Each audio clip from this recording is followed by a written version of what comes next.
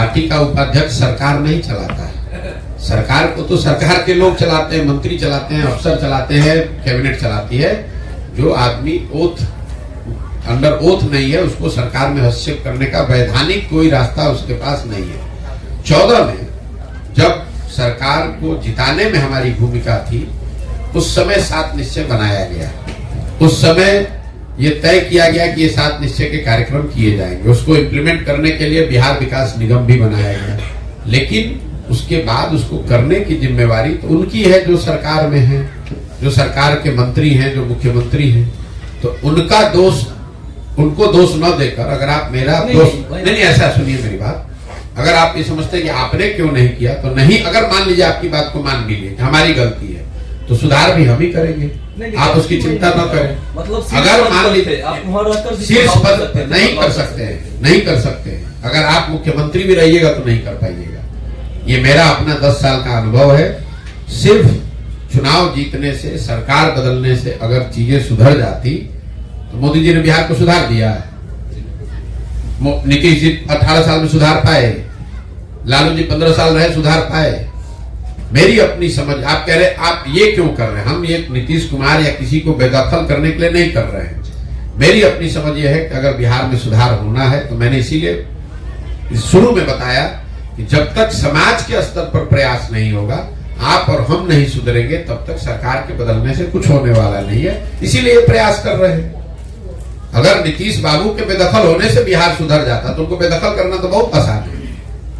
हमारे वहां बैठ जाने से अगर बिहार सुधर जाता तो काम, उसके लिए इतनी मेहनत करने की जरूरत नहीं है। चुनाव कैसे लड़ा जीता जाता है उसकी समझ थोड़ी बहुत हमको है, लेकिन मेरे अपने 10 साल का अनुभव बिहार और बिहार के बाहर जो भी रहे हैं कि सिर्फ चुनाव जीतने से ये जरूरी नहीं है कि सरकार में, व्यवस्था में परिवर्तन हो जाए। उसके लिए बड़े प्रयास की जरूरत है, इसीलिए इतना बड़ा प्रयास कर रहे हैं। अगला पड़ाव क्या होगा?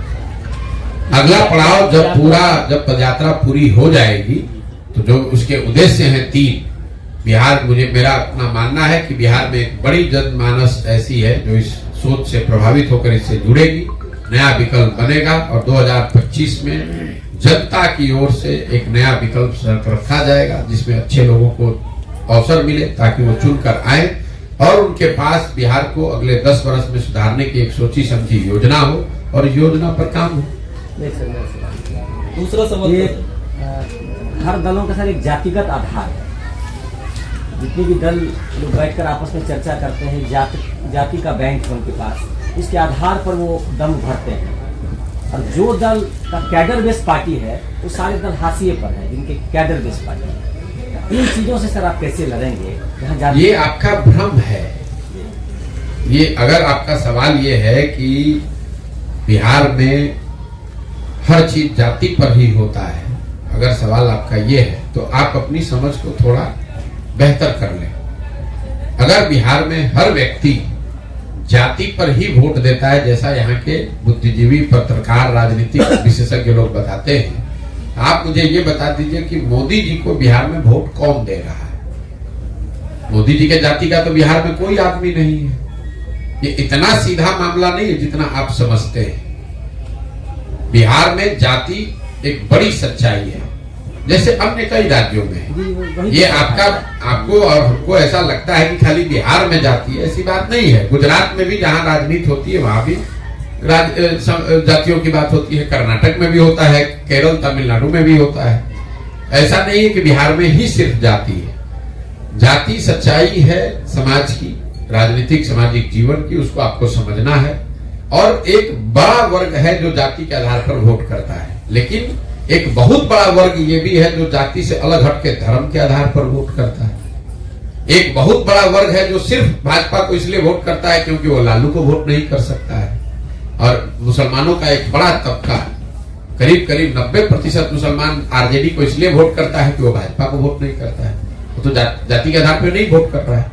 तो पूरे समाज के लिए कह देना कि सब आदमी जाति पर ही वोट कर रहा है, कल होकर अगर आरजेडी को, मुसलमानों को यहाँ आरजेडी के मुकाबले कोई बेहतर विकल्प दिखेगा जो भाजपा को हरा सकता है, तो वहां से हटेगा कि नहीं हटेगा? कैसे आप कह दिया आपने कि कोई कैसे नहीं हटेगा?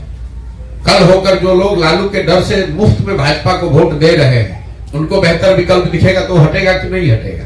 अगर जाति की बात को मान भी ले कि उसको कोई नहीं तोड़ सकता है, जैसा आप समझते हैं।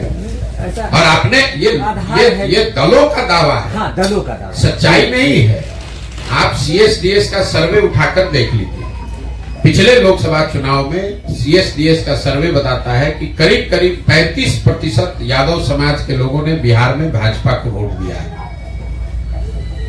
हम पूरे बिहार में तो लोग यही दावा करते हैं कि यादव जो है वो सिर्फ आरजेडी को ही वोट करता है। ऐसी बात नहीं है। ये तो एक संभव है कि यादव का एक बड़ा वर्ग आरजेडी को वोट करता हो, लेकिन हर यादव समाज का हर एक व्यक्ति आरजेडी का बंधुआ मजदूर है, ऐसा समझना गलत है। और ऐसा बताना उस समाज का अपमान भी है। ऐसा नहीं है, कोई समाज किसी का बंधुआ मजदूर नहीं है।